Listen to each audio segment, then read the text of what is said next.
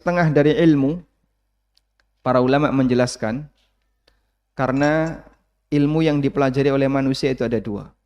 Ilmu berkaitan dengan kehidupan dan ilmu yang berkaitan dengan kematian. Sementara ilmu faraid itu dipelajari berkaitan dengan urusan pasca kematian. Dan sesuatu kalau dijejerkan dengan lawannya, maka menjadi setengahnya.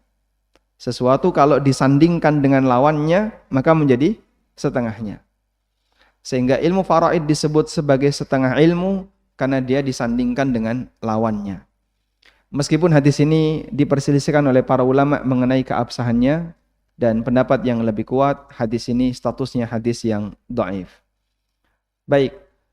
Kemudian jamaah dimuliakan Allah Subhanahu wa taala, sebelum kita membahas tentang masalah ilmu faraid, terlebih dahulu kita akan berikan sedikit mukaddimah. Yang pertama, dalam kajian ilmu waris itu ada dua unsur. Yang pertama adalah kajian fikih dan yang kedua adalah kajian perhitungan. Yang pertama kajian fikih, yang kedua unsur perhitungan. Kajian ilmu waris dari sisi fikih sifatnya lebih membahas kepada teori, aturan-aturan yang diberikan oleh syariat terkait masalah warisan. Saya sebutkan beberapa contoh di buku di halaman Romawi yang ke-7. Anak lelaki mendapatkan jatah warisan 2 kali lipat dibandingkan anak perempuan. Contoh yang lain, orang yang beda agama dia nggak bisa saling mewarisi. Muslim nggak bisa ngasih warisan ke non-muslim yang kafir, orang kafir juga nggak bisa ngasih warisan ke muslim. Contoh yang lain, ahli waris tidak berhak mendapatkan wasiat. Nabi SAW melarang, la wasiyata liwarithin. Tidak boleh ada wasiat bagi ahli waris. Contoh yang lain misalnya saudara terhalangi karena ada anak laki-laki atau karena ada ayah. Nah, kaidah-kaidah seperti ini dibahas dalam kajian ilmu waris di bagian fikih. Dan insya Allah kaidah ini lebih mudah untuk dipelajari. Sehingga kalau misalnya antum melihat kajian ilmu waris itu sesuatu yang rumit, kayaknya kok repot, mohon dipahami, untuk kaidah fikihnya di ilmu waris nggak begitu sulit. Bisa dihafalkan, mudah untuk dipahami, karena sifatnya adalah kaidah umum. Dan sampai di kaidah ini kita belum membahas masalah perhitungan. Kemudian unsur yang kedua adalah unsur perhitungan. Nah, mungkin bagian ini yang lebih rumit. Sehingga kenapa sebagian orang menganggap bahwasanya ilmu waris itu sulit? Karena ada unsur perhitungan. Dan ini perlu untuk lebih serius, sampai ngitung bagian akhir, ada sebagian orang yang mau ngitung dan banyak yang tidak mau ngitung. Tayyib. Para asatidah yang ada di Indonesia, memang ilmu ini termasuk di antara yang cukup jarang dipelajari. Sehingga waktu dulu ketika saya belajar bersama guru saya Al-Ustadz Aris Munandar, beliau sendiri termasuk tidak mendalami bagian ilmu waris. Dan dialihkan. Kalau saya bertanya, beliau alihkan ke ustadz yang lain. Tolong tanya Ustadz Fulan. Ada salah satu ustadz di Binbas. Dan saya sempat bertemu beliau, kemudian belajar kepada beliau bukunya Syekh Utsaimin tentang masalah warisan. Ya, meskipun tidak sampai selesai dan beliau sudah meninggal dunia rahimahullah rahmatan wasi'ah. Kemudian dari peninggalan beliau ngasih saya sebuah tabel daftar ahli waris. Akhirnya kami kembangkan dan jadilah buku itu, Pengantar Ilmu Waris. Semoga menjadi pahala jariah bagi beliau rahimahullah. Lalu yang kedua, tingkatan orang yang belajar ilmu waris ada dua. Yang pertama adalah masyarakat muslim secara umum. Untuk kelompok seperti ini, masyarakat muslim secara umum, mereka tidak dituntut memahami utuh masalah-masalah warisan. Namun mereka hanya diminta memahami kaidah-kaidah umum dalam masalah warisan. Sehingga kalaupun kelompok ini tidak bisa melakukan perhitungan pembagian waris, mereka tidak disalahkan, tidak dituntut untuk itu. Makanya target saya, bapak-bapak ikut kajian pengantar ilmu waris, bukan mengarahkan agar antum bisa menyelesaikan kasus, bukan. Tapi target kami adalah bagi Anda sebagai orang yang ingin belajar ilmu waris di bagian pengantar, target kita adalah antum paham tentang kaidah fikihnya. Kaidah-kaidah fikih dalam masalah warisan. Berbeda dengan tingkatan yang kedua, yaitu tingkatan talibul ilmi. Para pembelajar yang mereka ingin benar-benar serius dalam belajar masalah aturan warisan. Untuk jenis yang kedua ini, mereka dituntut bisa memahami aturan warisan dengan detail, sampai bisa melakukan perhitungan. Karena tujuannya adalah dia disiapkan menyelesaikan kasus yang ada di masyarakat. Sehingga bisa menjawab ketika ada orang yang bertanya. Nah, ini bagi talibul ilmi yang ada di Jami'ah, yang ada di Lipia, kemudian di Universitas Islam Madinah, mereka dituntut untuk belajar ini. Dan kajian atau mata kuliah ilmu waris itu hanya disampaikan 1 semester. Seingat saya dulu di semester 6 kalau tidak salah. Ujiannya ya seperti ujian matematika begitu, kita dikasih 1 kertas oret-oretan. Mirip seperti dulu waktu SMA ujian matematika. Ya, cuman di situ pilihan jawabannya angka semua. Sehingga saat ujian itu kita seperti ngerjakan matematika. Tayyib. Karena para pembelajar ini dituntut harus bisa menyelesaikan masalah di masyarakat. Tidak hanya sebatas kaidah-kaidah umum, anak laki-laki dapat 2 kali, anak perempuan, kemudian saudara terhalangi ketika mayit punya anak laki-laki. Bukan cuma itu saja, tapi juga harus bisa menyelesaikan sampai akhir. Nah, kemudian bagi kita semua yang ingin belajar ilmu waris, yang tujuannya hanya memahami kaidah-kaidah umum tadi, sebenarnya maksud dibalik itu apa? Apa hikmahnya? Hikmahnya begini, orang kalau sudah pernah mengenal dan tahu bahwasanya itu bagian dari syariat, insya Allah dia akan lebih siap menerima. Bagi para masyarakat muslim secara umum, target mereka dalam belajar ilmu waris lebih sederhana, yaitu memberikan pemahaman secara umum terkait hukum Allah dalam masalah pembagian warisan. Agar nantinya ketika dia mendapatkan arahan dari seorang ustadz dalam membagi warisan, dia bisa menerima dengan baik. Kita tahu banyak di antara masyarakat kita yang kadang dia nggak terima terkait pembagian hukum waris. Terutama kalau sudah ada perbedaan antara laki dan perempuan. Perbandingan yang diberikan oleh syariat berapa, Pak? 2:1. Laki-laki dapat 2, perempuan dapat 1. Bagi orang yang nggak punya muqaddimah tentang ini, berontak dia. Kok bisa? Apalagi kalau orang tua pernah berpesan, kalau bisa harta ini dibagi rata untuk semua saudara-saudara kamu. Akhirnya saat pembagian warisan, hukum Allah dikesampingkan, dan dia lebih memilih keputusan pribadi atau bahkan sampai kadang datang ke pengadilan. Lain halnya kalau orang sudah pernah menerima penjelasan tentang seperti ini, dia tahu ini hukum Allah. Dia tahu ini adalah penjelasan yang ada dalam Al-Quran. Akhirnya dia lebih siap untuk menerima. Sekalipun bisa jadi dia di posisi yang dirugikan. Menurut perhitungan manusia. Meskipun dia sebagai orang yang hanya dapat setengah dari kakaknya yang laki-laki. Tapi dia mau untuk menerima hukum itu. Karena dia sudah punya muqaddimah. Makanya target kami dengan menulis buku pengantar ilmu waris. Yang itu kita sebarkan secara luas di masyarakat. Adalah mengajak masyarakat untuk mau menerima hukum Allah Subhanahu wa ta'ala terkait masalah warisan. Meskipun bisa jadi mereka tidak bisa menyelesaikan kasus warisan. Baik. Selanjutnya, muqaddimah berikutnya. Tolong bedakan 2 hal ini. Antara fatwa dengan keputusan hakim. Ada fatwa, ada keputusan hakim. Fatwa sesuatu yang sama sekali tidak mengikat. dan dia disampaikan kepada masyarakat sebagai jawaban atas pertanyaan mereka. Namun bagi orang yang menerima jawaban itu, dia tidak diwajibkan untuk mengikutinya.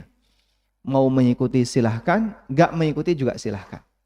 Karena fatwa tidak mengikat. Makanya tidak disyaratkan dalam pemberian fatwa harus resmi dari pemerintah. Tidak ada syarat seperti itu. Boleh enggak orang itu menyampaikan fatwa secara pribadi? Boleh. Karena fatwa bukan keputusan hukum. Beda dengan keputusan hakim. Kalau keputusan hakim, dia harus ada regulasi yang mengatur. Sehingga ketika itu sudah disampaikan, mengikat kepada semua belah pihak. Makanya keputusan hukum ini ketika dilanggar, masuk pada tindakan kriminal. Tapi kalau fatwa ketika dilanggar, nggak jadi masalah.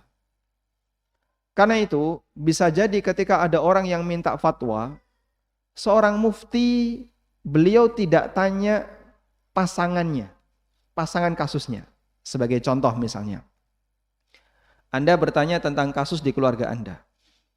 Pak Ustadz, kasus di keluarga saya seperti ini, saya punya saudara yang dia nggak mau pembagian waris dengan cara seperti ini.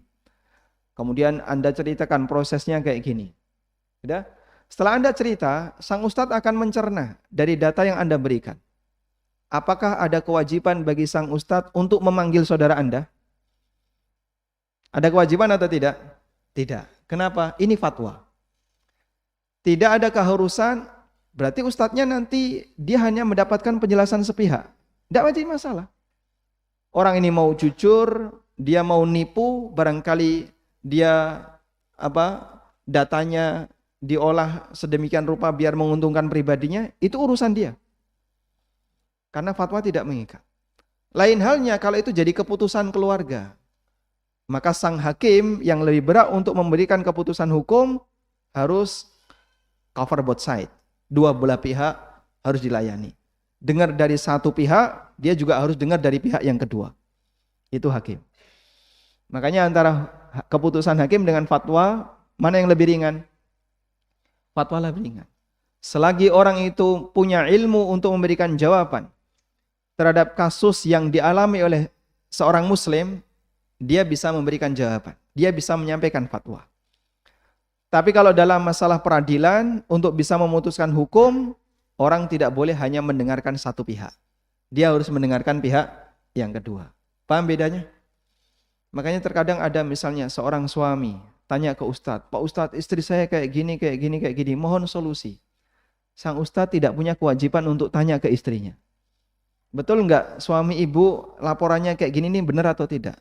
Ustadz enggak bertanggung jawab untuk itu. Andaikan si lelaki ini nipu, ternyata fatwa itu disalahgunakan, ustadznya salah atau tidak? Beda. Kenapa? Dalam masalah fatwa, tidak ada kewajiban untuk mendengar dari semua pihak. Tapi lain halnya kalau Anda bersengketa, kemudian ingin menyelesaikan sengketa itu. Di depan ustadz tidak bisa, ustadz nggak punya wewenang. Tapi Anda arahnya ke hakim. Nah, hakim ketika membuat keputusan, maka harus mendatangkan kedua belah pihak. Satu pihak dikasih izin ngomong, pihak yang kedua juga harus dikasih izin untuk bicara. Agar kedua-duanya berhak untuk berpendapat. Paham insyaallah? Baik, makanya kalau antum bertanya tentang masalah pribadi seputar warisan di keluarga, kemudian kita mendengar, lalu kita memberikan jawaban, tolong pahami ini statusnya fatwa. Bisa jadi kalau Anda bawa ke forum keluarga, mereka nggak nerima. Ini jawaban Ustadz loh, kenapa kamu nggak terima? Nah kan Ustadz baru mendengarkan dari satu arah. Yang lain bisa jadi punya data yang belum disampaikan ketika itu. Sehingga tolong dipahami, ini sifatnya fatwa, dan fatwa itu tidak mengikat. Baik, karena itu terkadang saya menolak ya. Mohon maaf, silakan merapat ke depan, boleh Pak? Ya, nanti sambil serong dikit, nah apa? Nah, memberi kesempatan yang belakang. Fadhal. Yang penting nggak kena lampu sorot ya. Masya Allah. Silakan ditemani Pak. Ini boleh tengok kanan, tengok kiri.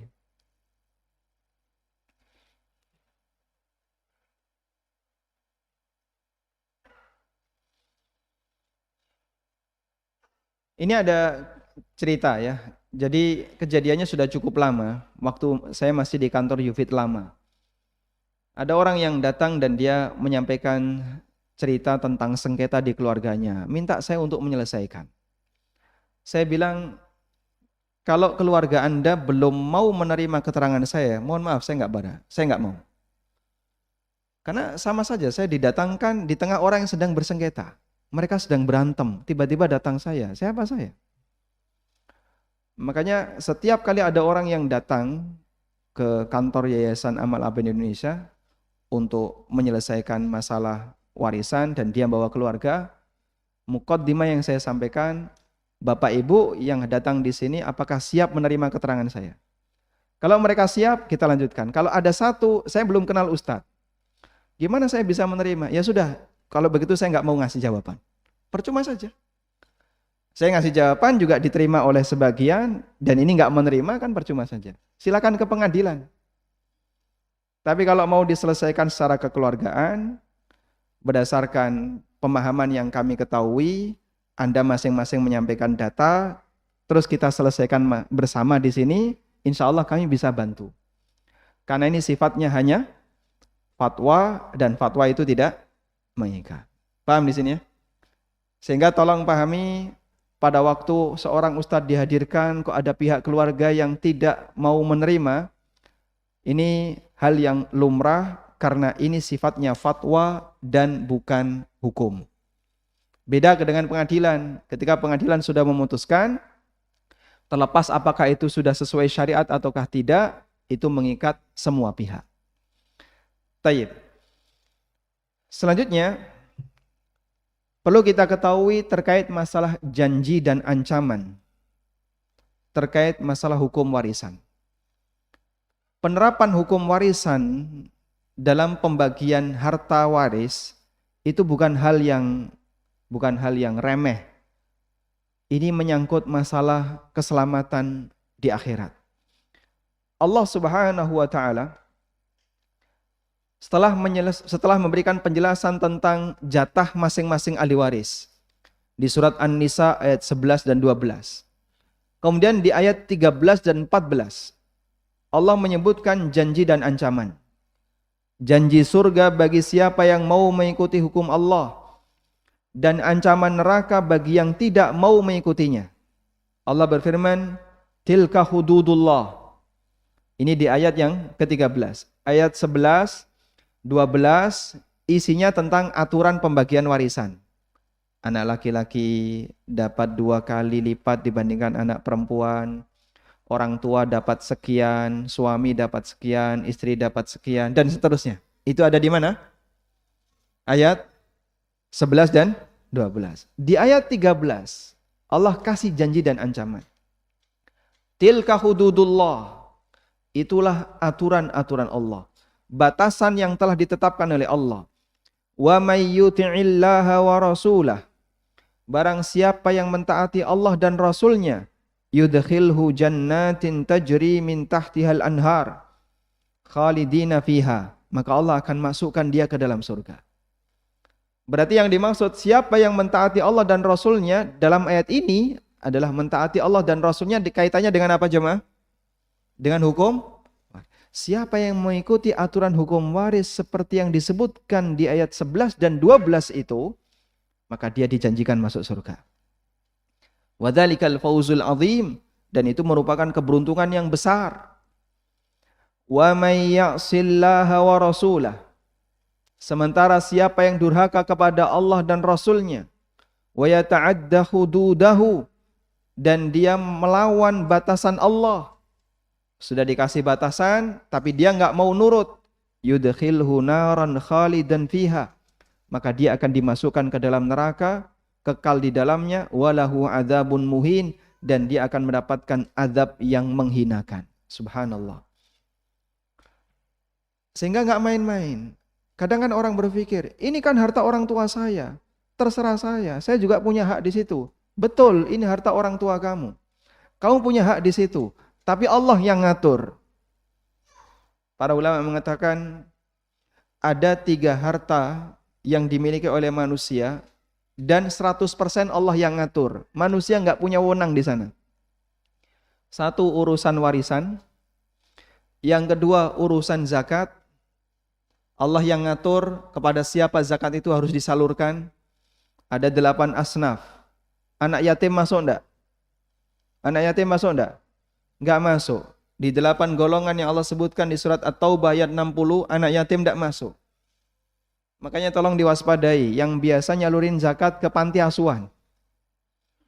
Karena anak yatim enggak masuk dalam 8 golongan itu. Tapi Pak, mereka kan anak yatim. Betul, kita mengakui mereka anak yatim. Tapi anak yatim tidak masuk dalam 8 golongan. Anak yatim yang kaya enggak masuk. Kalau yatim miskin, dia boleh dapat sebagai orang miskin. Tayyib. Dan satu lagi, ghanimah, harta rampasan perang. Allah yang ngatur pembagiannya. Sehingga manusia meskipun dia yang mendapatkannya, tapi Allah yang ngatur pembagiannya. Makanya harta di dunia ini, sekalipun kita memilikinya, tapi kepemilikan kita dibatasi oleh aturan. Anda sekarang kan punya organ lengkap. Ada mata, ada tangan, kaki, ada organ dalam, ginjal, paru, dan seterusnya. Boleh nggak seenaknya kita jual? Lo butuh gigi berapa? Ini tak kasih. 1 gigi 100 juta. Boleh nggak dijual kayak gitu Pak? Nggak bisa. Kamu butuh ginjal ya? Saya cari 1 ya. Tak kasih 1 nanti bayar 100 juta. Boleh seperti itu? Kenapa? Nggak bisa manusia seenaknya memperlakukan badannya. Ini kan badan saya. Betul badan kamu. Tapi kepemilikan kamu diikat dengan aturan.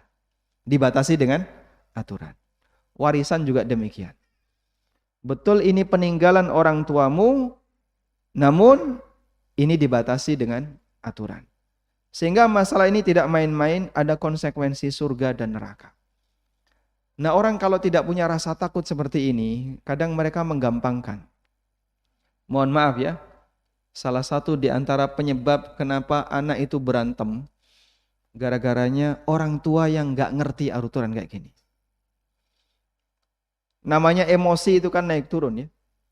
Kadang ada anak datang, ngasih hadiah ke orang tuanya, karena seneng rokok dikasih rokok.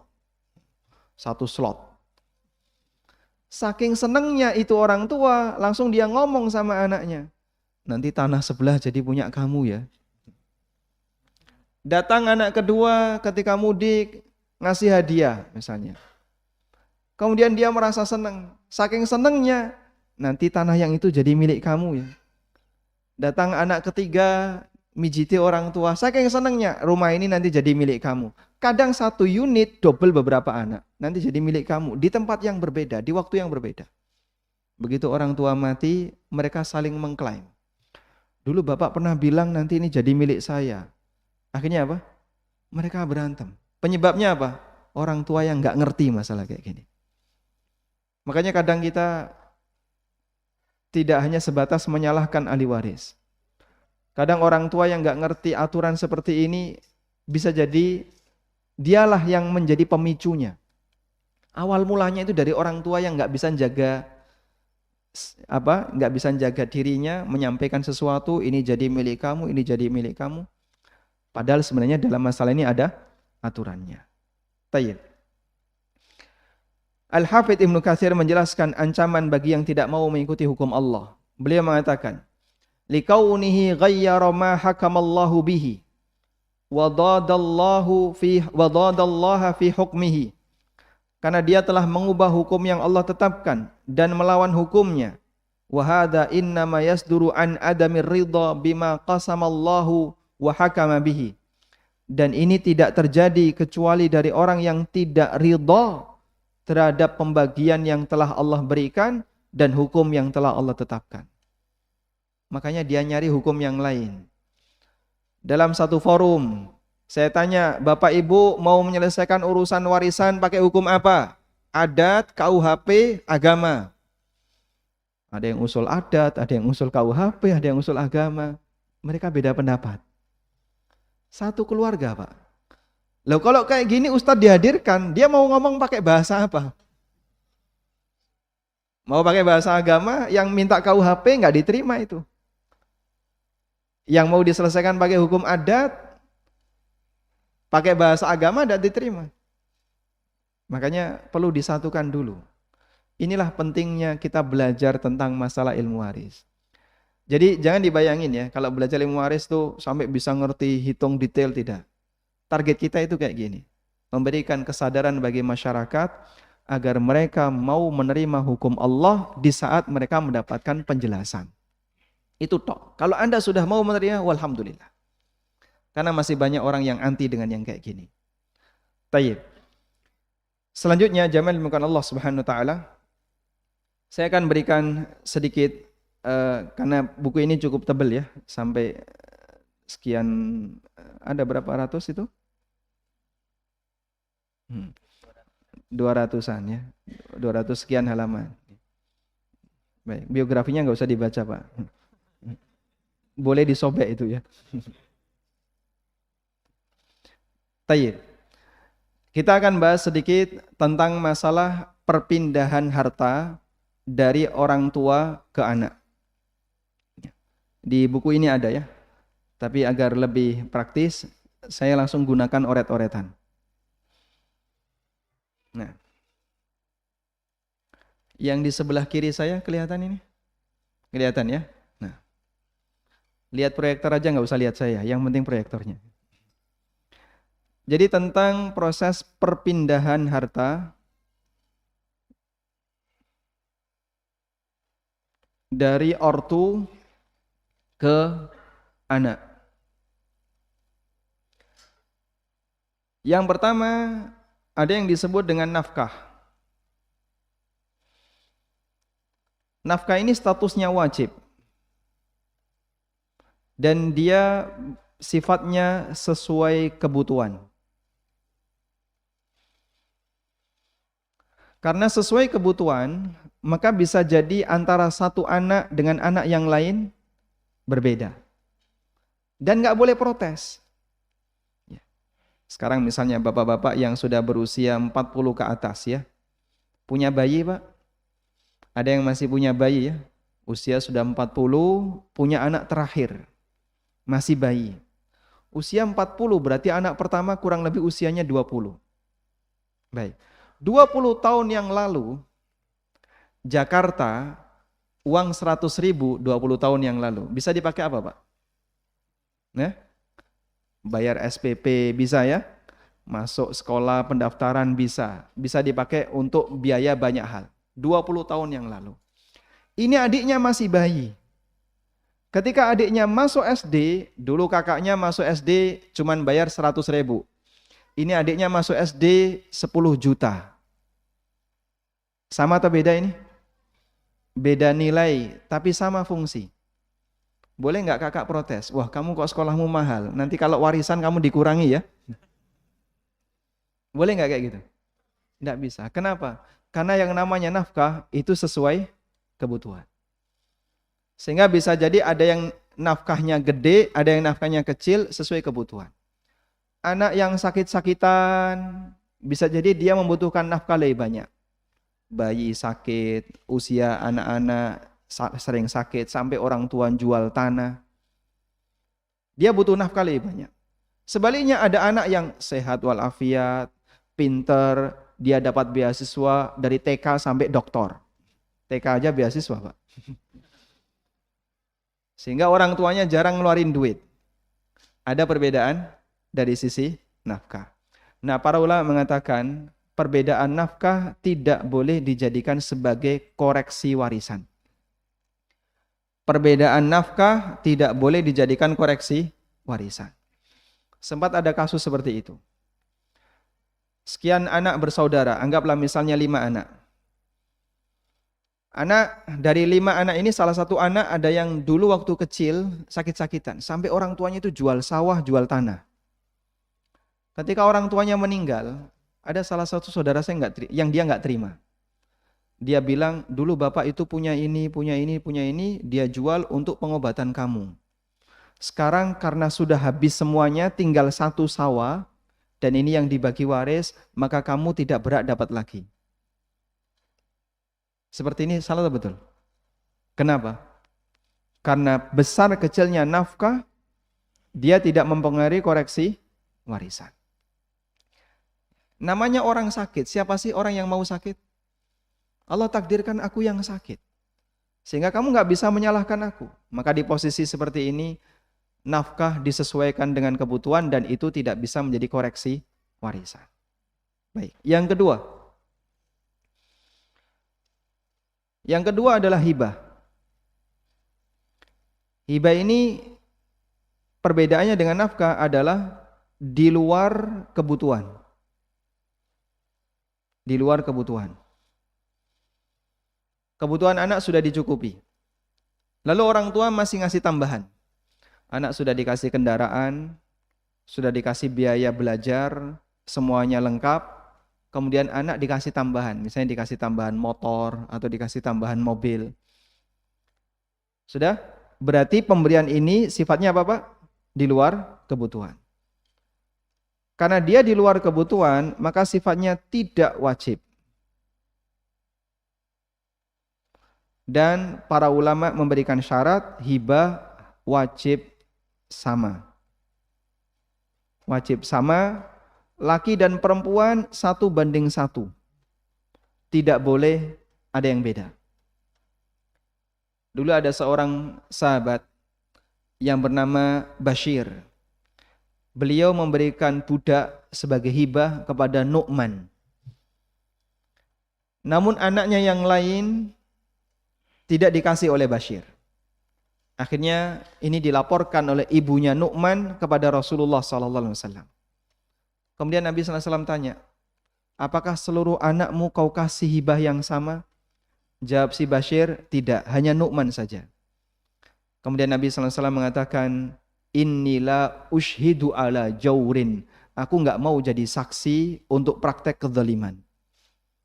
Jadi ngasih anak yang tidak rata disebut oleh Nabi SAW sebagai apa? Zalim. Dan inilah salah satu pemicu sengketa. Orang tua gampang saja ngomong ya, ini milik kamu, ini milik kamu, ini milik kamu. Begitu dia meninggal, mereka saling ngeklaim, nilainya nggak sama. Berantem mereka. Saya nggak mau, bapak dulu sudah ngasih saya. Pokoknya ini milik saya. Akhirnya mereka berantem. Gara-gara orang tua yang ngomong seperti itu. Nah, dan hibah itu berstatus sah apabila sudah dipindahkan kepemilikan. Berstatus sah dalam arti mengikat jika sudah diserahkan. Kalau baru dilisankan hanya sebatas secara aklamasi, pendapat jumhur ulama tidak sah sebagai hibah dan tidak mengikat. Makanya kalau orang tua bilang ini besok milik kamu, ini milik kamu, hanya sebatas secara aklamasi dan orang tua tidak pernah menyerahkan objek itu kepada anak. Tidak ada proses balik nama, anak juga belum diizinkan untuk tinggal di situ. Nanti tunggu ya bapak meninggal baru ini jadi milik kamu. Kalau seperti ini sifatnya baru rencana hibah. Dan rencana hibah itu tidak mengikat. Makanya kalau ada kasus yang modelnya kayak gini, ini bilang bapak dulu pernah mengatakan tanah ini milik saya. Anak yang kedua bilang bapak dulu juga pernah bilang kayak gitu, tanah ini milik saya. Satu objek untuk banyak anak. Yang ketiga juga ngeklaim yang sama. Maka saya minta batalkan aja semuanya. Sudah. Kita mulai dari nol, jadikan ini sebagai warisan. Serahkan kepada Allah yang bagi. Ada yang mau menerima dan ada yang enggak. Terutama yang dia merasa saya dirugikan kalau ini pakai warisan. Karena nilainya jadi lebih kecil. Terutama anak perempuan ya. Dia harus mendapatkan berapa? Setengahnya dari yang laki-laki. Tapi cara seperti ini paling mudah. Karena kalau kemudian semuanya pada ngeklaim. Padahal dulu orang tua hanya sebatas secara aklamasi. Dari sisi fikih hibah ini tidak mengikat. Hibah disebut mengikat apabila sudah dipindahkan kepemilikan. Baik. Ada sebuah riwayat dari Aisyah radhiyallahu anha. Abu Bakar As-Siddiq itu pernah memberikan hibah kepada Aisyah. Yang dikasih cuma Aisyah, saudaranya yang lain enggak dikasih. Tapi atas restu dari saudara-saudara yang lain. Sehingga anak-anaknya Abu Bakar setuju dengan ini. Namun sampai Abu Bakar menjelang wafat, objek yang dikasihkan Abu Bakar kepada Aisyah itu belum diserahkan. Baru sebatas secara lisan. Jadi ceritanya begini, Abu Bakar itu kan punya beberapa istri ya. Salah satunya di luar Madinah, itu di daerah Aliyah. Makanya waktu Nabi SAW meninggal dunia, Abu Bakar tidak di tempat. Abu Bakar sedang di luar Madinah. Sehingga Umar ceramah menyampaikan ancaman kepada para sahabat, siapa yang bilang Muhammad mati tak bunuh. Tidak ada satupun orang yang berani. Muhammad tidak mati, dia sedang menghadap Tuhannya selama 40 hari dan nanti akan kembali seperti Musa. Abu Bakar datang dari luar Madinah. Kemudian beliau ketika datang, beliau nggak tanya kepada siapapun, ingin langsung melihat jasad Rasulullah SAW. Nggak tanya sama orang, gimana, enggak. Diparkir kendaraannya, diikat kudanya, diikat kendaraannya, langsung masuk menuju rumahnya Aisyah radhiyallahu anha. Ingin membuktikan langsung, nggak pakai tanya-tanya. Sehingga ketika beliau mendapatkan bukti, Nabi SAW telah meninggal dunia. Beliau mengatakan, tabat nafsuka ya Rasulullah hayyan wa mayyita. Ya Rasulullah, betapa indahnya jasad Anda baik ketika hidup maupun setelah mati. Lalu beliau keluar. Kemudian beliau meminta kepada Umar, ijlis ya Umar, duduk wahai Umar. Abu Bakar sekarang yang pindah ke mimbar dan beliau berceramah. Barang siapa yang beribadah kepada Muhammad, man abada Muhammadan fa innahu qad mat. Sesungguhnya Muhammad telah mati. Wa man ya'budullaha fa innahu hayyun la yamut. Siapa yang beribadah kepada Allah, Allah Maha hidup dan enggak pernah mati. Wa ma Muhammadun illa rasul. Kemudian beliau mengutip firman Allah Ta'ala. Wa ma Muhammadun illa rasul qad khalat min qablihi rusul. Afa immata au qutilan qalabtum ala aqabikum. Muhammad itu hanyalah seorang utusan. Dan sudah banyak utusan-utusan di masa silam yang mereka juga meninggal dunia. Apakah karena gara-gara Muhammad mati kemudian kalian murtad? Kata Ibnu Abbas radhiyallahu anhu, seolah-olah ayat itu baru turun sehingga banyak orang mendengungkan ayat itu. Mereka baru teringat kalau ternyata Nabi SAW memang betul-betul meninggal dunia. Baik. Dari kejadian ini, Abu Bakar punya harta di daerah Aliyah. Pernah ngomong kepada Aisyah. Lalu pada saat Abu Bakar sakit, mendekati kematian, beliau sampaikan kepada Aisyah, ya bunayya, inni qad nahaltuki judada wasakin min mal. Wahai putriku, aku dulu pernah ngasih ke kamu sekian wasak bahan makanan yang ada di Aliyah. Kemudian kata beliau, walau kunti qabittihi kanat laki. Andaikan dulu kau sudah menerima barang itu, harta itu jadi milikmu. Namun karena sekarang itu belum kau terima, faqtasimuhu ala kitabillah. Tolong dibagi sesuai dengan aturan warisan. Kenapa? Artinya Abu Bakar membatalkan apa tadi? Membatalkan apa? Hibahnya. Karena baru disampaikan secara lisan dan belum serah terima sehingga statusnya tidak mengikat. Karena itu kalau orangnya meninggal maka hibah itu jadi warisan. Mafhum insyaallah. Nah ini bisa menjawab banyak kasus ya di masyarakat, orang tua yang kadang mereka sudah bagi-bagi hartanya, ini milik kamu, ini milik kamu, ini milik kamu. Sementara sampai hendak meninggal dunia belum diserah terimakan, sampai beliau meninggal dunia belum diserah terimakan, maka pernyataan kemarin dibatalkan semuanya. Selanjutnya harta itu dijadikan sebagai warisan. Baik, yang ketiga. Yang ketiga adalah hadiah. Hadiah ini pemberian bersyarat. Pemberian bersyarat.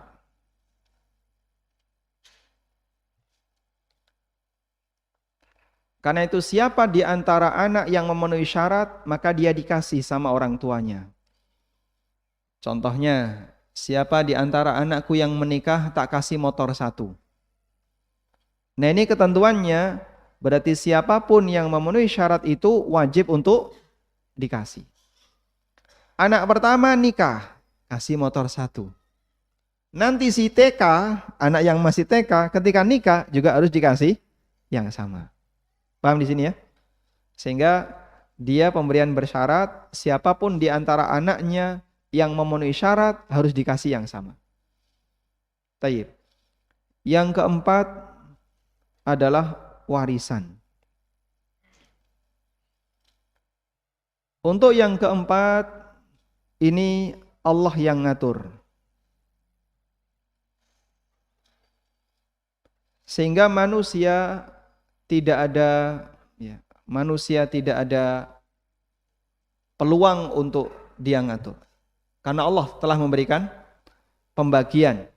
Anak dapat sekian, istri dapat sekian, dan seterusnya. Ikuti saja aturan yang berlaku. Sudah? Dan warisan itu sifatnya ijbari. Ijbari. Apa itu ijbari? Otomatis. Ijbari artinya otomatis.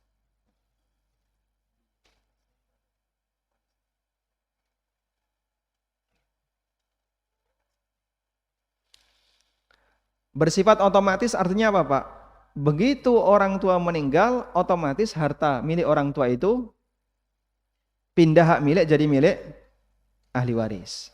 Begitu mayit ini meninggal, orang itu meninggal, maka harta yang dia miliki pindah hak milik menjadi milik ahli waris. Makanya disebut dengan ijbari yang artinya otomatis. Sudah?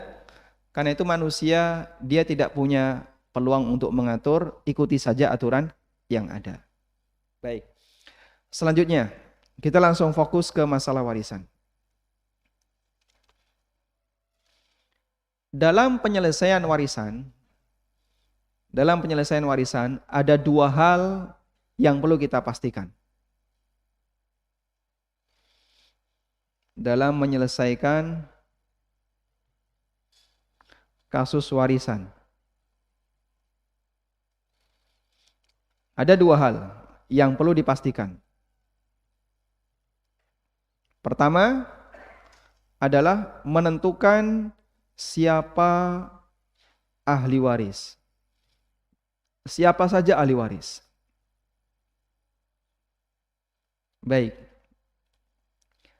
Barangkali masyarakat yang mereka tidak pernah belajar warisan, dia nggak bisa yang seperti ini. Pak, saya punya keluarga ini, hubungan dengan saya seperti ini. Ini saudara saya, yang ini orang tua saya, ini kakek saya, dan seterusnya. Ada? Ini dari sekian banyak keluarga ini yang merupakan ahli waris siapa saja. Antum bisa tanya ke ustadz yang paham tentang ilmu waris. Nanti beliau bisa memilih. Oh, ini ahli waris, ini bukan, ini terhalangi oleh keberadaan ahli waris yang lain. Yang ini nggak dapat warisan karena beda agama. Yang ini nggak dapat karena dia dzawil arham. Dzawil arham itu kerabat dekat, tapi dia nggak dapat warisan. Disebut dengan dzawil arham. Di buku ada ya. Saya sebutkan tentang siapa dzawil arham. Contohnya Pak, contohnya ya. Dzawil arham adalah cucu dari anak perempuan. Andaikan dalam sebuah keluarga, anaknya sudah meninggal semuanya. Yang tinggal hanya cucu. Si A dan si B. Dia punya dua anak, laki dan perempuan, X, Y. X laki-laki, Y perempuan. Yang X ini punya anak P, Q. Yang perempuan punya anak R, S. Baik. X, Y meninggal saat corona, pandemi kemarin. Ya. AB masih hidup. Kemudian 2 hari yang lalu AB kecelakaan, kedua-duanya meninggal. Yang menjadi pertanyaan, siapa yang berhak untuk mendapatkan warisan A dan B? Siapa yang berhak dapat warisan A dan B? X dapat enggak? X dapat enggak? X dapat enggak? Enggak, kenapa? Sudah meninggal. X enggak dapat, kenapa? Karena dia sudah meninggal. Y dapat enggak? Kenapa? Sudah meninggal. Orang mati enggak mungkin dapat warisan dari yang baru meninggal. Paham ya? Ini matinya kapan? Sudah 2 tahun yang lalu.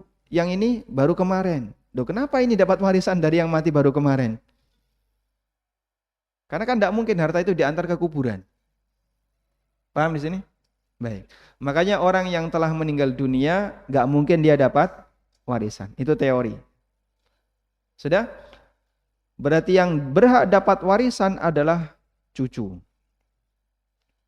Cuman posisi cucu di sini ada dua. Ada yang dari jalur anak laki, ada yang dari jalur anak perempuan. Yang dari jalur anak perempuan ini nggak dapat. Ini yang disebut dengan dzawil arham. Coba Pak, kalau Anda menyaksikan kejadian kayak gini, tega nggak?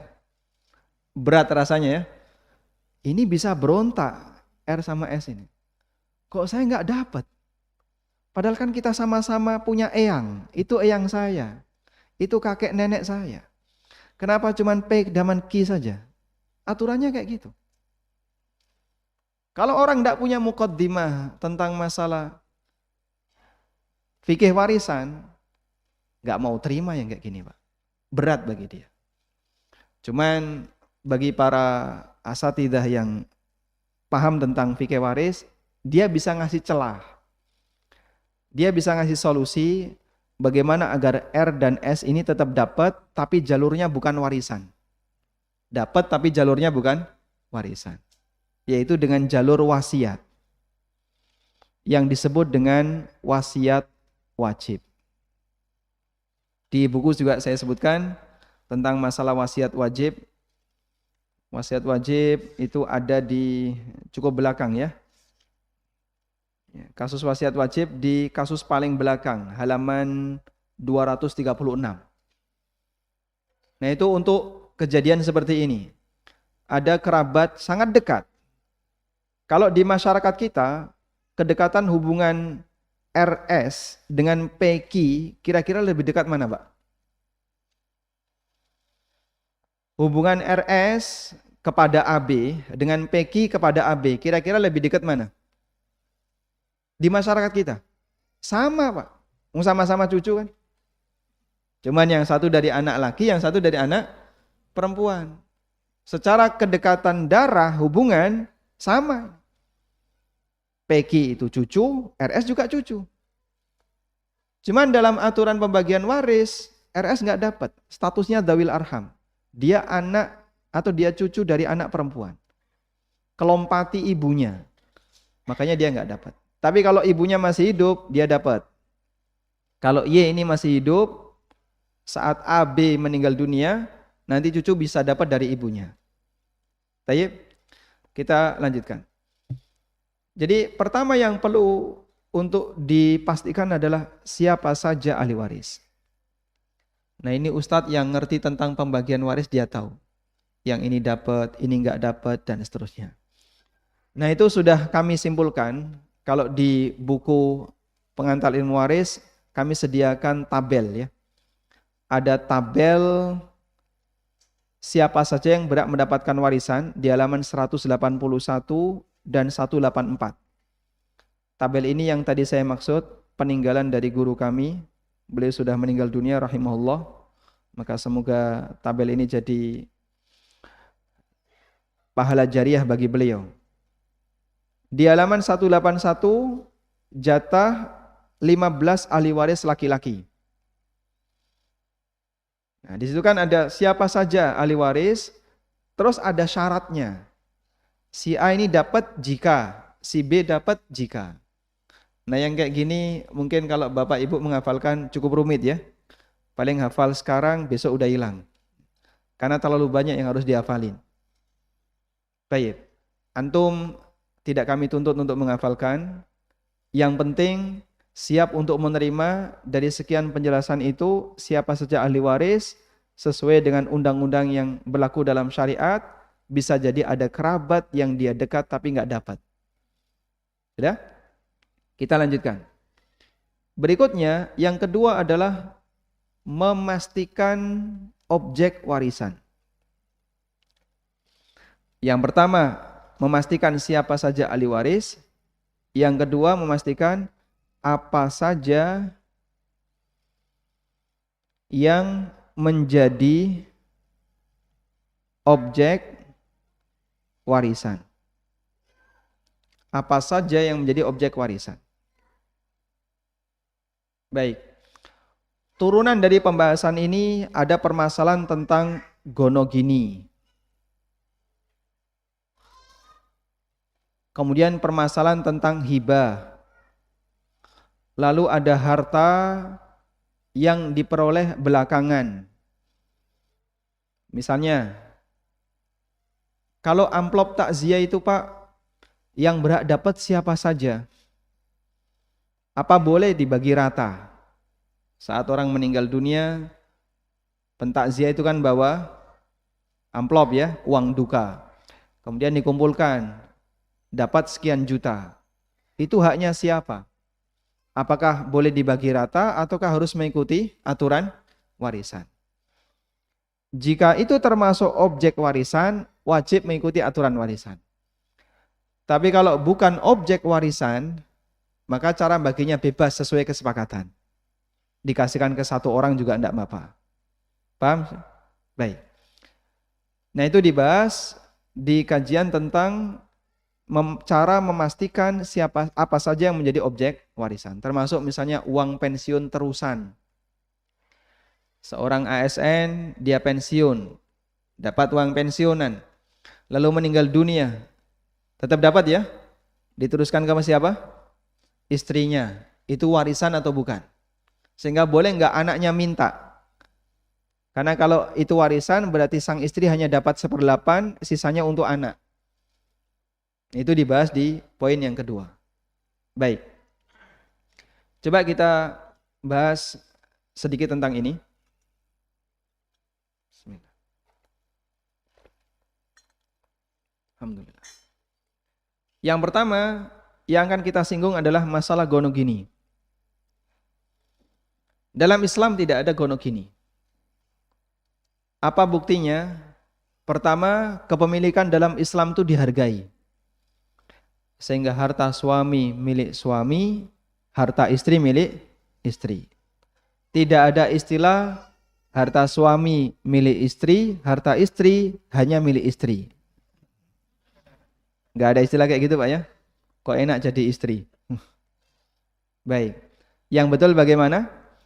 Harta suami tetap milik suami, harta istri milik istri. Hanya saja suami punya kewajiban untuk memberikan nafkah kepada istrinya.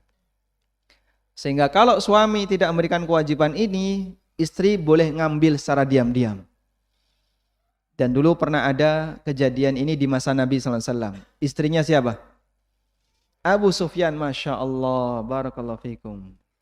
Dianya apa itu? Kelas berapa? Masya Allah. Siapa nama istrinya Abu Sufyan?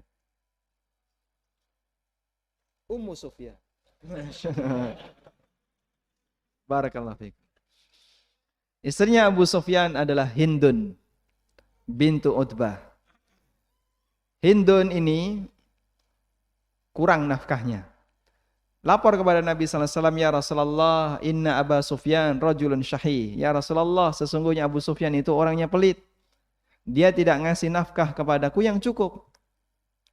Kemudian Nabi SAW menyarankan, khudhi ma yakfiki laki wali waladiki. Silahkan kau ambil yang cukup untukmu dan untuk anak-anakmu. Sehingga istri legal untuk mengambil harta suaminya sebagai nafkah sehari-hari untuk dia dan anak-anaknya. Meskipun suaminya enggak ridho. Karena kewajiban ini Allah yang tetapkan. Walahunna mithlul ladzi 'alaihinna bil ma'ruf. Para istri punya hak mendapatkan nafkah sebagaimana dia juga punya kewajiban. Baik. Sehingga dalam masalah kepemilikan di keluarga itu dijaga oleh Allah. Apa yang menjadi milik suami murni milik suami, apa yang menjadi milik istri murni milik istri, kecuali jika ada kewajiban syariat seperti tadi ya, masalah nafkah. Karena itu pemahaman sebagian orang, jika orang itu mati, maka sebelum dibagi waris hartanya dibagi dua, setengah untuk suami atau setengah untuk istrinya, setengah baru dibagi waris. pemahaman ini dolim. Pemahaman ini dolim. Yang benar gimana Pak? Apa yang menjadi harta suami itu milik suami. Sehingga kalau suami mati, maka harta yang ditinggalkan oleh suami semuanya jadi warisan. Sudah? Nah yang jadi masalah begini, bagaimana kalau suami istri bekerja? Sehingga mereka sama-sama terlibat, punya andil pada tabungan keluarga. Yang biasanya saya jadikan sebagai acuan adalah kira-kira berapa persen porsinya. Suami waktu bekerja, dia punya berapa persen saham. Istri punya berapa persen dari gaji mereka per bulan. Dipakai untuk beli rumah, beli tanah, beli properti yang lainnya, campur. Nah itu pakai persentase tadi. Gunakan perhitungan yang kasar enggak apa-apa, yang penting anak-anak ridho. Seluruh ahli waris ridho. Oh ketemu Pak, ya kira-kira ibu nyumbangnya cuma 30%. Bapak 70%. Sekarang Bapak meninggal dunia. Berarti total aset-aset ini 30% milik istri. Dipisahin dulu. Ini enggak masuk objek warisan. Nah sisanya yang 70% masuk warisan. Dipahami ya? Berarti kalau misalnya istri itu ibu rumah tangga, enggak bekerja sama sekali, maka total harta itu milik siapa? Suami. Begitu suami mati, total ini jadi warisan. Enggak ada pembagian dulu untuk istri. Dan istri nanti berhak dapat 1/8 jika suami punya anak. Baik, ada satu kejadian. Seorang wanita sedang mengaduk adonan roti. Di tengah beliau sedang mengaduk adonan, dapat kabar suaminya meninggal. Langsung beliau angkat tangan. Pada adonan ini ada hak ahli waris. Saya nggak berhak untuk menguasainya. Masya Allah. Itu berapa Pak kira-kira? Harganya berapa kira-kira? Sangat murah. Tapi beliau nggak mau untuk ngambil. Pada adonan ini ada hak ahli waris. Saya nggak mau untuk mengambilnya. Sampai dilakukan pembagian warisan. Wanita yang sangat bertakwa kepada Allah sehingga beliau hati-hati jangan sampai mengambil hak orang lain. Baik.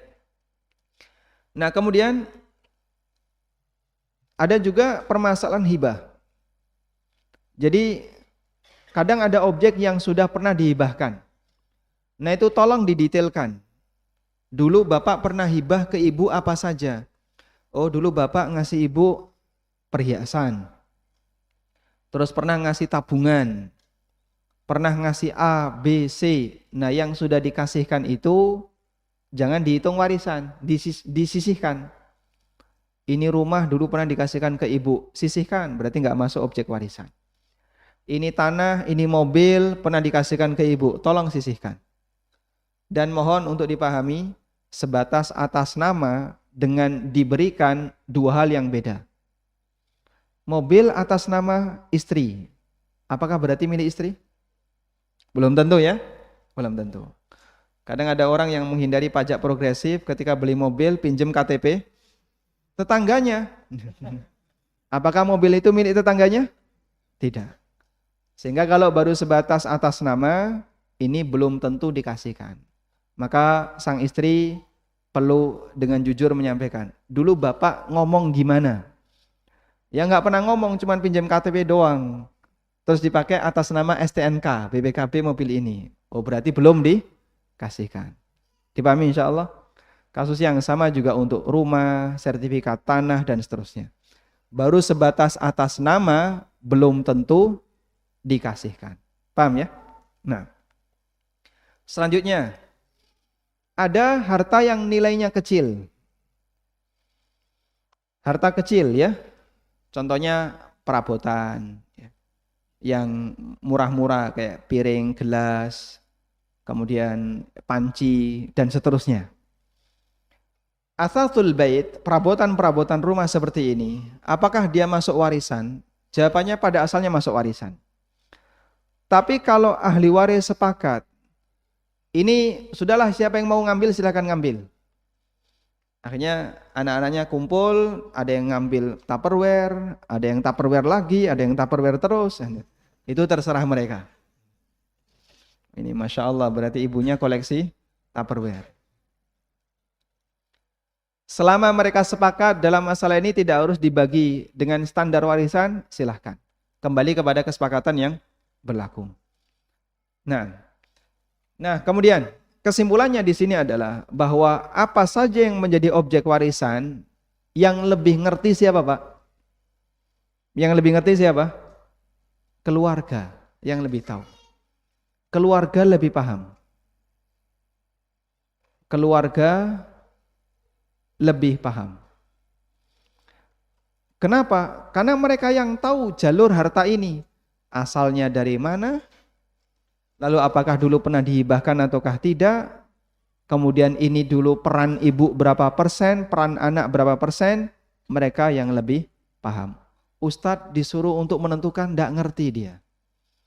Pak Ustadz, rumah ini jatah warisan siapa? Ya tidak ngerti. Dulu asal-usulnya gimana? Oh, ini dari kakek, peninggalan kakek dari ibu. Oh, berarti ini jatahnya warisan milik ibu. Bapak tidak punya hak. Karena kan warisan dari orang tua ibu. Baik. Keluarga mayit lebih paham. Nah, yang lebih penting untuk kita pahami di sini adalah terkait sejak kapan. Sejak kapan objek warisan pindah hak milik.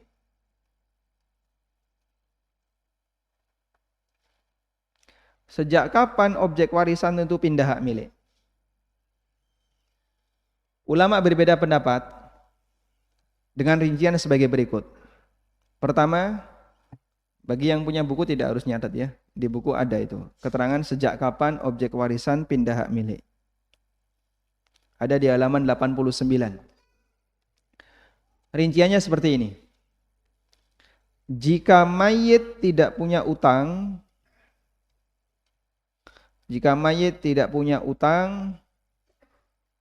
maka objek warisan pindah hak milik sejak mati. Sejak pemiliknya meninggal. Sehingga begitu A mati dan A nggak punya utang, maka seluruh harta A otomatis pindah hak milik jadi miliknya ahli waris. Sudah? Sehingga misalnya ya, A dan B, dia punya 3 anak, laki, perempuan. Begini. Lalu A meninggal dunia, bebas utang. Maka otomatis hartanya A jadi milik siapa? B dan 3 anaknya. Sudah? Tapi belum ditentukan. Paham ya? Otomatis harta itu jadi milik mereka berempat tapi belum ditentukan. Sehingga misalnya, anggaplah warisan itu berupa sebidang tanah. Di sini ada rumah, kanan kirinya pekarangan.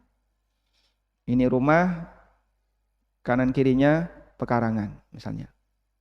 Baik. Begitu A meninggal dunia, maka sebidang tanah plus rumah yang ada di dalamnya milik semua ahli waris. Tapi belum ditentukan. Nah, objek yang jadi milik bersama tapi belum ditentukan itu disebut dengan objek musya.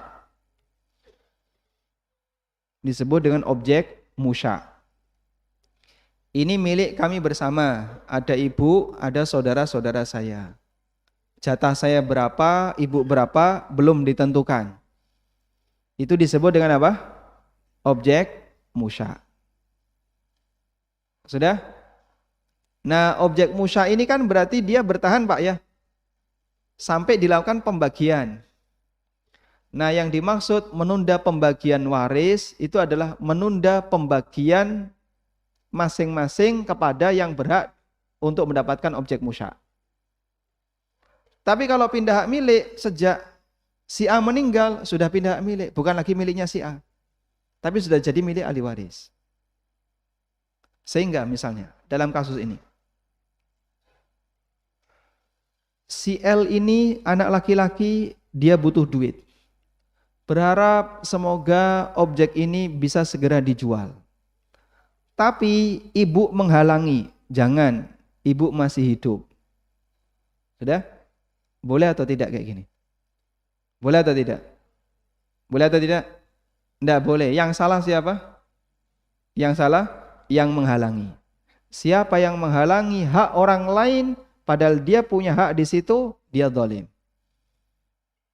Duh, si L kan punya hak terhadap objek ini. Iya, tapi nanti dulu ibu biar tinggal di sini. Anda menghalangi hak anak. Tidak boleh seperti itu. Ibu tetap dapat, Anda dapat 1/8. Hak Anda yang boleh untuk Anda tahan hanya 1/8. Sisanya yang 7/8 milik anak-anak. Dengan nanti dibagi 2/1. Maka kamu tidak boleh menahan yang 7/8 karena itu milik orang lain. Menahan hak orang lain termasuk kezaliman. Sudah? Sebagai konsekuensinya, apabila B, L dan 2 putrinya, P1 dan P2, mereka sepakat, ini biarin aja lah, nggak usah kita pecah jadi satu kayak gini, karena kan kita juga belum begitu butuh duit. Udah, dibiarkan saja selama bertahun-tahun. Boleh atau tidak? Boleh atau tidak? Boleh. Kenapa? Seluruh ahli waris sepakat dengan itu. Sehingga kan sama dengan kita punya satu objek bersama, ini tidak kita bagi dulu, kita biarkan dalam waktu yang lama. Dan seluruh ahli waris setuju, nggak jadi masalah. Selama mereka setuju. Kecuali kalau ada salah satu yang minta, ini tidak boleh dihalangi. Karena dia berhak untuk mendapatkan haknya. Paham insyaAllah? Walhamdulillah. Makanya yang dimaksud menunda pembagian warisan, itu tidak mutlak dilarang. Ada bentuk menunda pembagian warisan yang dilarang. Yaitu kasusnya tadi. Salah satu anak butuh, tapi dihalangi sama ahli waris yang lain. Jangan dijual, biarin gini aja, ibu biar bisa tinggal di sini sampai ibu meninggal. Kayak gini tidak boleh, kasihan anak yang butuh. Kecuali kalau ibu mau nomboi, ya sudah, jatah kamu tak bayar. Jatah kamu tak bayar, sehingga nanti dihitung, oh total jatah L misalnya dapat, anggaplah 40% dari total aset. Ibu kan cuma dapat 0, atau berapa? 12,5% ya, 1/8. Ibu dapat 12,5%. Sudah, yang 40% dibeli ibu, diakuisisi. Sehingga ibu membayar ke anak. Boleh nggak kayak gini? Sesuai kesepakatan. Dan nanti berarti ibu jadi punya 52, yang B punya 52,5%. Sudah? Ini cara yang paling aman kalau peninggalan orang tua tidak ingin pindah ke orang lain. Silakan ahli waris berembuk, siapa yang butuh duit, hakmu tak akuisisi, tak bayari. Masalah harga sesuai kesepakatan. Mau mahal, mau murah itu sesuai kesepakatan. Sebagaimana jual beli biasa. Setelah prosentasenya ditentukan. Jatahnya ditentukan. Kamu A dapat sekian persen, ini dapat sekian persen, dapat sekian persen. Sudah, jatah kamu tak beli. Ketika jatahnya dibeli, berarti dia ketika sudah menerima pembayaran, dia sudah tidak lagi punya hak terhadap objek ini. Dan objek ini jadi milik saudaranya yang membeli. Wallahu a'lam. Dipahami insyaallah? Walhamdulillahirabbil alamin. Kelihatannya saya terlalu banyak bicara ini ya. Sudah jam 10:30. Ada tadi yang jawab? Baik. Mungkin demikian yang bisa kita sampaikan sebagai muqaddimah. Dan selanjutnya kami berikan kesempatan bagi para jamaah. Insyaallah kita sampai jam 11 ya. Untuk menyampaikan sesuatu. Ada beberapa kertas yang sudah masuk. Tolong dibacakan Bang ya. Masya Allah.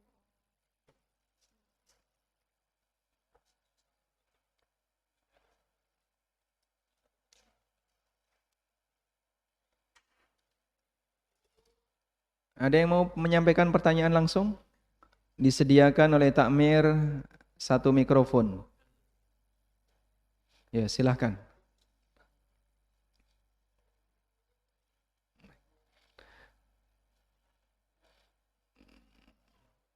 Waalaikumsalam warahmatullahi wabarakatuh.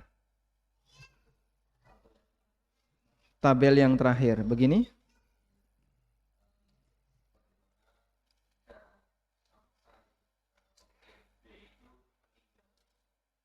sampai ahli waris B meninggal. Baik. A meninggal, kemudian belum dibagi-bagi sampai B meninggal. Nah, ketika A meninggal untuk kasus itu ya, suami meninggal A ya. Kemudian ahli warisnya istri dan 3 anak. Lalu setelah sekian tahun warisan belum dibagi sampai akhirnya si B meninggal.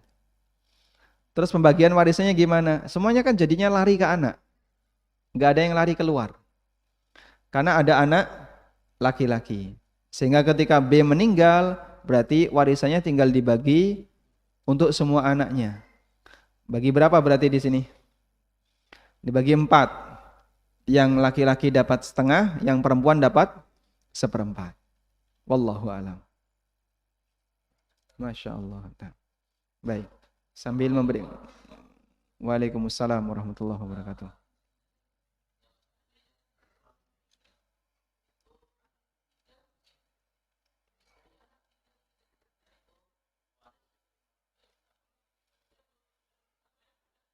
Baik. Apabila ahli waris itu masih anak-anak kecil-kecil, Allah ajarkan ini dalam Al-Quran. Di surat An-Nisa bagian awal, Allah menyebutkan tentang perintah untuk menahan, jangan diberikan harta kepada anak yatim sampai dia dewasa. Allah berfirman di surat An-Nisa ayat yang kelima dan yang keenam. Wala tu'tus sufaha'a amwalakumul lati ja'alallahu lakum qiyama. Jangan kau berikan harta kalian kepada anak-anak yang masih bodoh, dia nggak bisa ngelola harta. Sehingga dia ketika dapat warisan dari orang tuanya, sementara sementara ahli warisnya masih kecil-kecil, ibunya sebagai wali wajib menjaganya. Dan ini harta anak yatim. Nggak boleh digunakan sembarangan, harus dijaga dengan baik, bila perlu dikembangkan. Allah berfirman, "Wala taqrabu malal yatimi illa billati hiya ahsan." Jangan kau dekati harta anak yatim kecuali dengan cara yang terbaik. Kemarin sempat ada pertanyaan melalui ANB itu. Boleh enggak harta saudara saya yang yatim tak pakai untuk investasi? Jangan, bahaya investasi ya. Ada peluang rugi. Nah, kalau rugi kan berkurang itu harta, bahkan bisa habis. Tapi Pak hartanya banyak, meskipun banyak, tolong dijaga itu. Kamu punya amanah untuk menjaga itu. Sehingga ibu yang memegang harta dari suaminya, hak Anda hanya 1/8, ya. Istri dapat 1/8 jika mayit punya anak. Sisanya yang 7/8 hak anak, dan itu harta anak yatim. Lalu Allah Ta'ala ajarkan, wabtalul yatama hatta idza balagun nikah. Uji anak yatim itu sampai mereka sudah menginjak usia nikah. Fa in anastum minhum rusdan, kalau kalian merasa mereka sudah dewasa, fadfa'u ilaihim amwalahum, silahkan serahkan harta mereka kepada mereka. Silahkan serahkan warisan itu kepada mereka. Para ulama ngasih penjelasan begini, anak ini dikasih duit 100.000, sejam habis, oh berarti belum dewasa. Besok lagi diuji lagi, bulan depan diuji lagi, dikasih 50.000. Dia bisa hemat, cuman dipakai 20 untuk makan, sisanya dia tabung. Oh berarti dia sudah dewasa, sudah berhak untuk dikasih yang lebih banyak. Makanya Allah sebut orang yang gak bisa menggunakan harta dengan baik itu sebagai sufaha, orang bodoh. Sehingga kalau ada orang yang usianya sudah 30 ke atas dikasih duit 10 juta, habis dalam waktu semalam, dipakai untuk main PS, berarti masuk kriteria orang bodoh. Duitnya kemana Pak? Diberikan akik, subhanallah. Habis berapa? Tadi ini akik saya borong 10 juta. Orang kayak gini jangan dikasih harta, dia terlalu boros. Nah, coba Bang, ada mikrofon?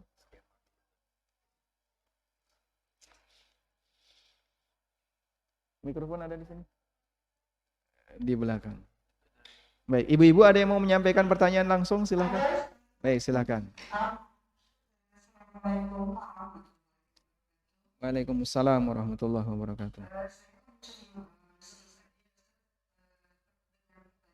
Yang satu dimatikan, mikrofon satunya dimatikan. Ya, baik, sudah Pak. Baik, silakan. Maksud saya dengan pertanyaannya, Ustaz, rumah dan toko yang dibagi waris, sedangkan rumah dan toko itu dipakai untuk tempat tinggal dan usaha saudara.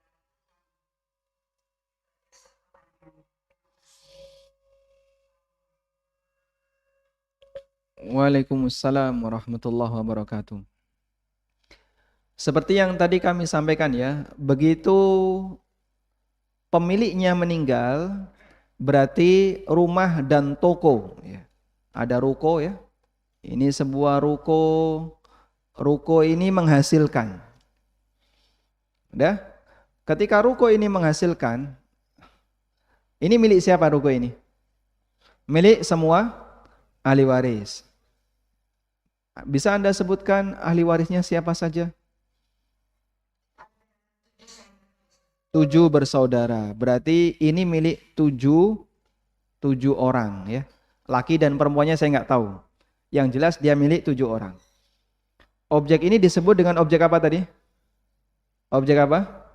Musya. Disebut dengan objek musya.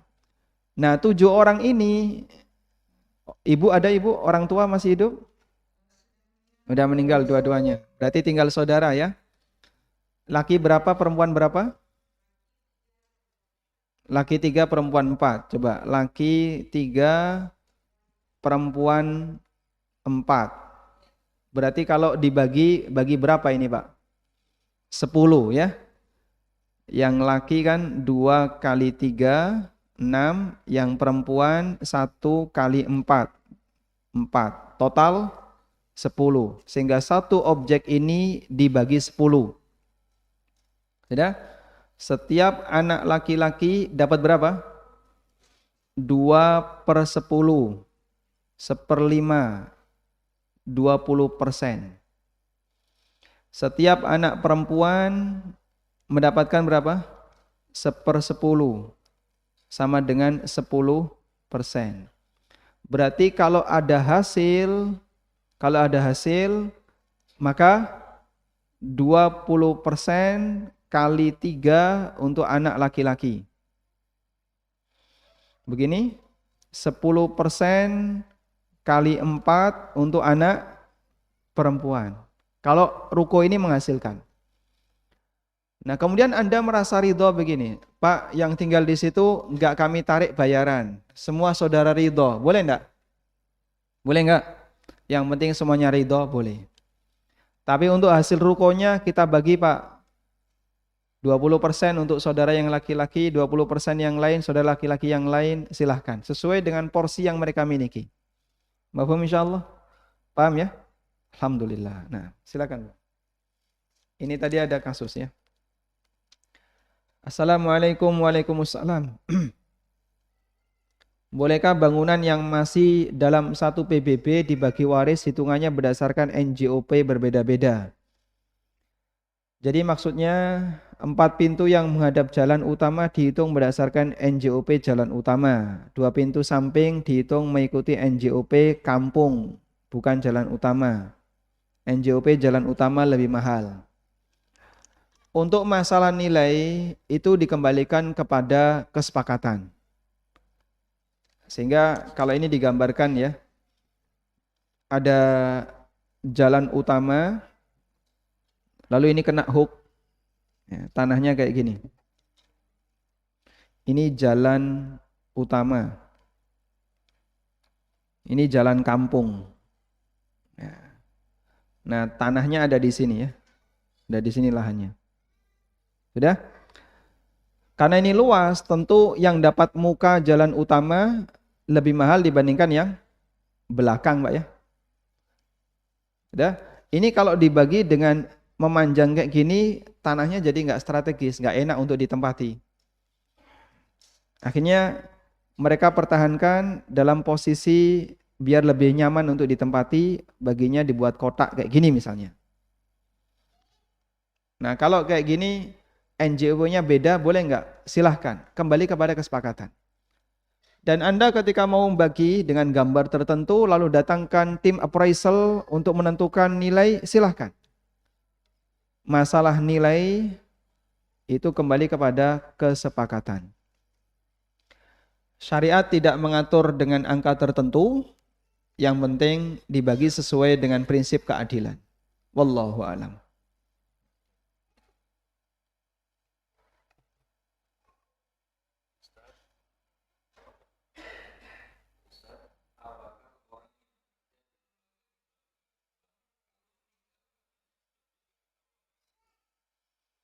Orang yang bekerja di lembaga ribawi, apakah hartanya tetap menjadi harta waris?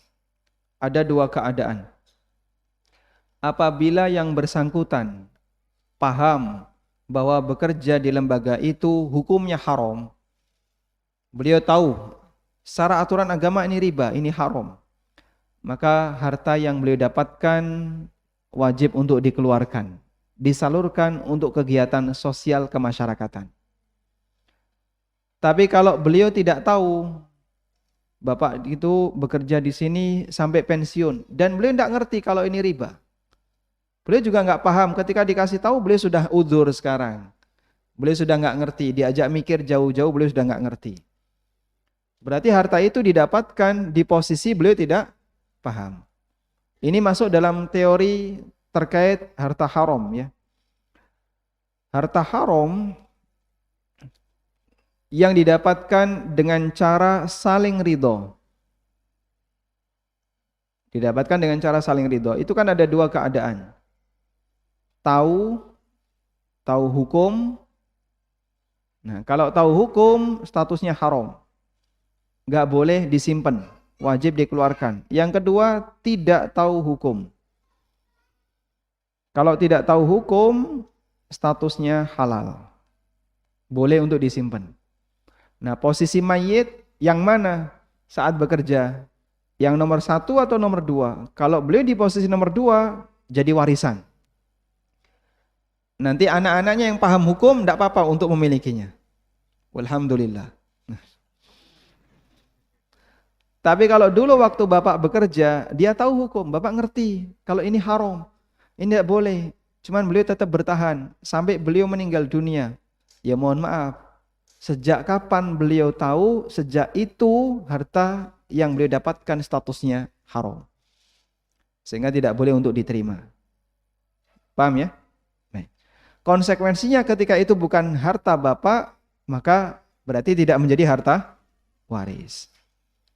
Yang kedua, harta haram yang didapatkan dengan cara dolim. Contohnya apa Pak? Menipu, korupsi, ngambil sogok, dan seluruh turunannya. Basah di bagian pengadaan dan seterusnya. Sehingga bapak kaya dari hasil seperti ini. Ada banyak harta negara yang dia miliki. Kemudian beliau meninggal dunia. Sepeser pun ahli waris tidak boleh ngambil. Serahkan, kembalikan ke negara. Kalau tidak, jadi beban berat bagi mayit. Karena ini bukan warisan, itu harta orang. Dan harta orang yang disimpan oleh pejabat tertentu, orang tertentu sampai meninggal dunia, wajib untuk dikeluarkan.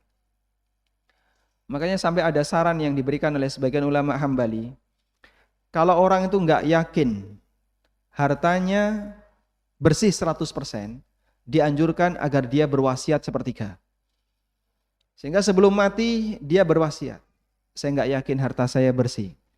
Saya pingin biar nanti tidak meninggalkan harta haram, harta yang kotor. Saya wasiatkan sepertiga untuk kegiatan kaum muslimin, untuk masjid, untuk pondok dan seterusnya. Sehingga dia bersihkan dengan cara di detik-detik terakhir dia wasiatkan. Tapi kalau dia yakin hartaku tidak ada yang campuran yang haram, kalaupun ada yang kecil banget, dia boleh wasiat di bawah sepertiga. Wallahu a'lam. Waalaikumsalam warahmatullahi.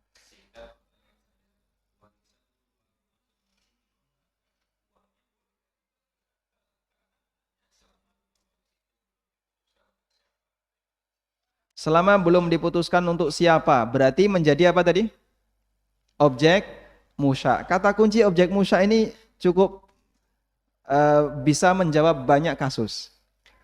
Ketika dia jadi objek musya berarti milik bersama. Terus hak anak berapa? Sesuai porsi. Yang laki-laki 2 kali perempuan. Nah, kalau kasusnya seperti tadi, yang laki-laki dapat 20%.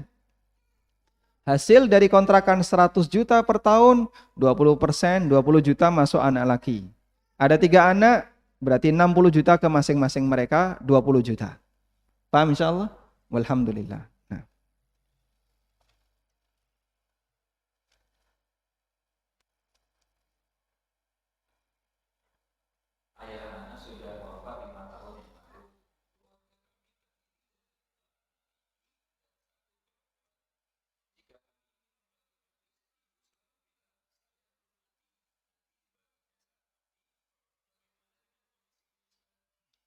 Baik.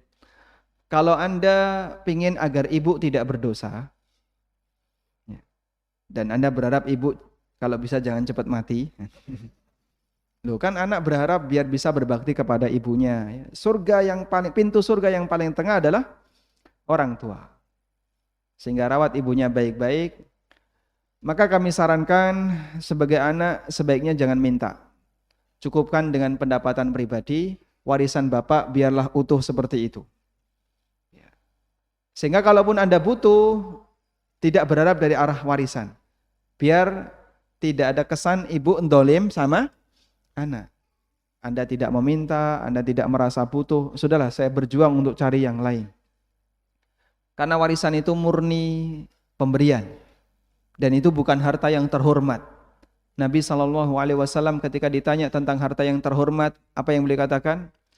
Amalur rajul biyadihi wa kullu bai'in mabrur. Harta yang paling terhormat adalah gaji yang kau terima dari kerjamu dan keuntungan jual beli yang sah. Bukan berharap warisan. Nadai warisan orang tua, ini bukan termasuk harta yang turun. Makanya berjuang sendiri, tidak menggantungkan orang lain. Nah, kami sarankan sebagai anak agar ibu tidak terbebani dengan dosa, maka kalau bisa Anda relakan itu. Jangan sampai Anda merasa saya didolimi oleh ibu. Meskipun dalam pembahasan bisa jadi ibu dolim. Tapi kami sarankan untuk anak ya khususnya. Kalau untuk ibu nanti saran saya beda. Ini saran untuk anak. Tolong jangan berharap itu. Sehingga kalau ibu meminta gak usah dibagi dulu sampai ibu mati, Anda relakan. Biar ibu tidak terbebani dengan dosa zalim. Nah.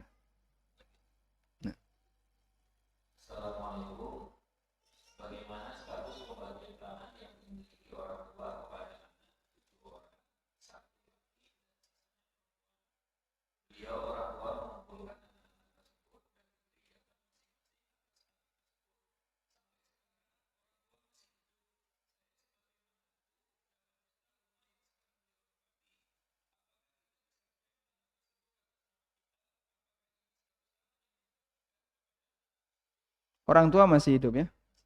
Orang tua masih hidup berarti beliau bisa ngasih apa kalau masih hidup? Hibah.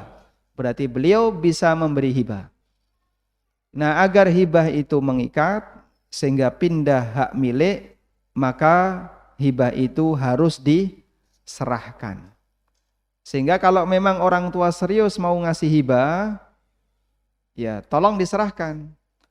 Tapi kalau beliau cuma secara aklamasi, ini milik kamu, namun belum pernah ada penyerahan, berarti beliau belum serius dalam memberikan hibah. Al-Haythami memberikan syarat ya terkait masalah hibah. Begitu hibah itu sudah dinyatakan, lalu diserahkan, anak itu bebas untuk melakukan apapun terhadap objek itu. Mau dia sewakan, mau dia jual, mau dia apa-apain terserah. Orang tua nggak berhak untuk nahan. Kenapa? Karena dia sudah pindah hak milik. Karena objek ini sudah pindah hak milik. Sehingga jika memang betul orang tua menghibahkan, maka orang tua harus memberikan hak penuh kepada anak untuk memanfaatkan objek itu sesuai yang dia inginkan. Wallahu a'lam.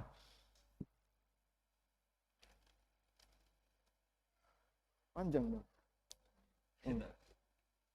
Bismillah. Assalamualaikum Ustaz.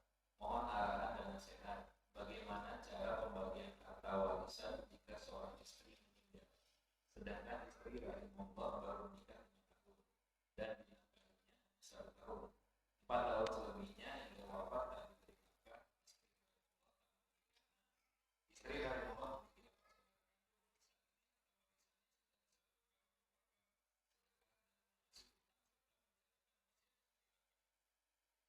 Istri rahimahullah.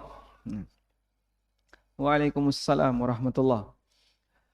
Bagaimana warisan istri? Berarti suami masih hidup enggak itu? Nggak ada datanya ya, tidak diceritakan. Jika seorang istri meninggal, ini suaminya masih hidup atau tidak? Karena tidak memiliki anak.